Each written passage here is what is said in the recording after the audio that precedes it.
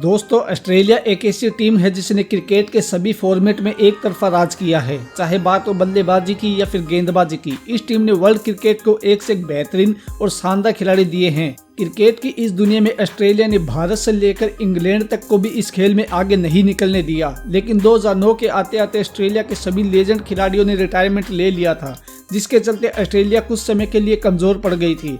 लेकिन टीम में शामिल किए गए नए युवा खिलाड़ियों ने लेजेंड खिलाड़ियों की कमी को काफी हद तक पूरा भी कर दिया था, और इन्हीं युवा खिलाड़ियों में से एक थे फिलिप ह्यूज, जिन्होंने आते ही अपनी बल्लेबाजी से रनों की बारिश कर दी थी और कंगारुओं की उसी धाक को भी बरकरार रखा था। फिलिप ह्यूज एक ऐसे खिलाड़ी थे जिनमें वो महान खिलाड़ी बनने की सारी खूबियां थी, लेकिन अनिश्चितताओं के इस खेल में ह्यूज के साथ कुछ ऐसा हुआ जिसके कारण बीच मैदान में ही उन्होंने इस दुनिया को अलविदा कह दिया। दोस्तों, आज की इस वीडियो में हम फिलिप ह्यूज की पूरी कहानी जानेंगे, जिनकी मृत्यु सर पे गेंद लगने से हुई। और दोस्तों, हम आपको ये भी बताएंगे कि फिलिप ह्यूज ने मरने से ठीक पहले क्या कहा था। उनके आखिरी शब्द सुनकर आप भी अपने आंसुओं को नहीं रोक पाओगे। तो चलिए वीडियो को शुरू करते हैं, लेकिन उससे पहले आप इस वीडियो को दिल से लाइक कर दें और चैनल को सब्सक्राइब कर दें।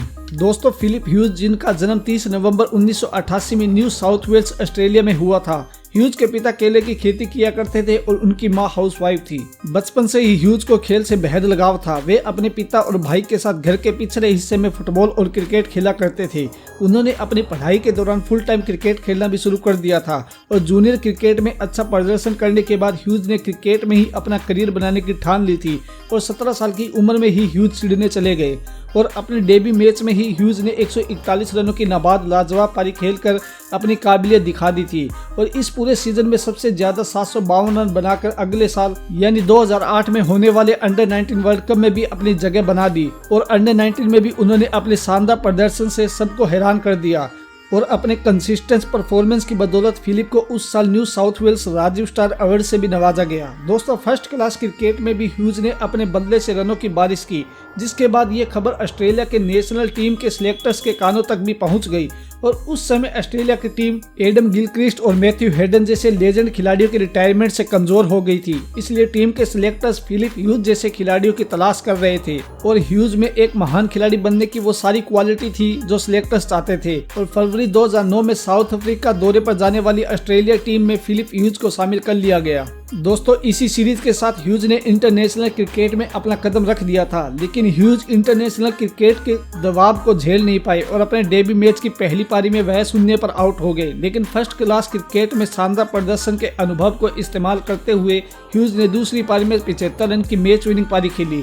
इसके बाद ह्यूज अब इंटरनेशनल क्रिकेट में भी पूरे आत्मविश्वास के साथ बल्लेबाजी करने लगे, और दूसरे टेस्ट मैच में न सिर्फ शानदार बल्लेबाजी की बल्कि दोनों पारियों में शतक भी जड़ा। दोस्तों, ये वो लम्हा था जिसके बाद फिलिप ह्यूज स्टार बन गए, और साथ ही दोनों पारियों में शतक जड़ने वाले यंगेस्ट प्लेयर का रिकॉर्ड भी बना दिया। और अपने डेब्यू मैच में लाजवाब प्रदर्शन के चलते ह्यूज को ऑस्ट्रेलिया क्रिकेट बोर्ड ने Bradman young cricketer of the year से भी नवाजा।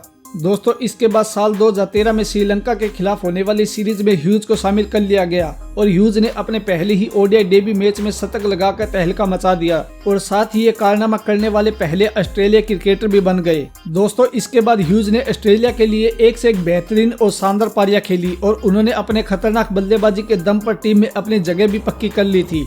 लेकिन दोस्तों, फिर कुछ ऐसा हुआ जिसके बाद सब कुछ खत्म हो गया, जिसके बाद ह्यूज कभी भी क्रिकेट के मैदान पर नहीं दिखे। दोस्तों, दिन था 25 नवंबर 2014, जहां साउथ ऑस्ट्रेलिया और न्यू साउथ वेल्स के बीच शेफर्ड शील्ड का मुकाबला खेला जा रहा था, जहां साउथ ऑस्ट्रेलिया ने टॉस जीत कर पहले बल्लेबाजी करने का फैसला किया, और इस मैच में ह्यूज सलामी बल्लेबाज के तौर पर क्रीज पर उतरे, और ह्यूज ने अपने बल्ले से ताबड़तोड़ बल्लेबाजी करनी शुरू कर दी, और साथ ही टीम को एक बड़े स्कोर तक ले जा रहे थे।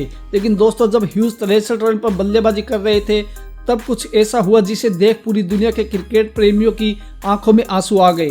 दोस्तों, जब ह्यूज 63 रन पर बल्लेबाजी कर रहे थे, तब न्यू साउथ वेल्स के तेज गेंदबाज सीन एबोट ने ह्यूज को एक बाउंसर गेंद फेंकी, जिसे ह्यूज पुल करना चाहते थे, लेकिन वो इसमें नाकामयाब रहे, और गेंद सीधा उनके सर पर जा लगी। जिसके बाद कुछ देर तो ह्यूज क्रीज पर खड़े रहे, लेकिन थोड़ी ही देर बाद वे नीचे गिर पड़े, और उन्हें तुरंत हॉस्पिटल ले जाया गया, जहां उनके लिए बड़े बड़े डॉक्टर्स को भी बुलाया गया। उनकी सर्जरी भी की गई। लेकिन दोस्तों, अपने जन्मदिन से ठीक 3 दिन पहले ह्यूज ने दुनिया को अलविदा कह दिया। डॉक्टर्स की लाख कोशिशों के बाद भी वे ह्यूज को बचा नहीं पाए, और ये खबर सुनते ही क्रिकेट जगत में खामोशी छा गई। सभी की आंखों में आंसू आ गए, और तभी से इस दिन को क्रिकेट की दुनिया में ब्लैक डे घोषित कर दिया गया था। और साथ ही ह्यूज की जर्सी नंबर 64 को भी हमेशा के लिए रिटायर कर दिया।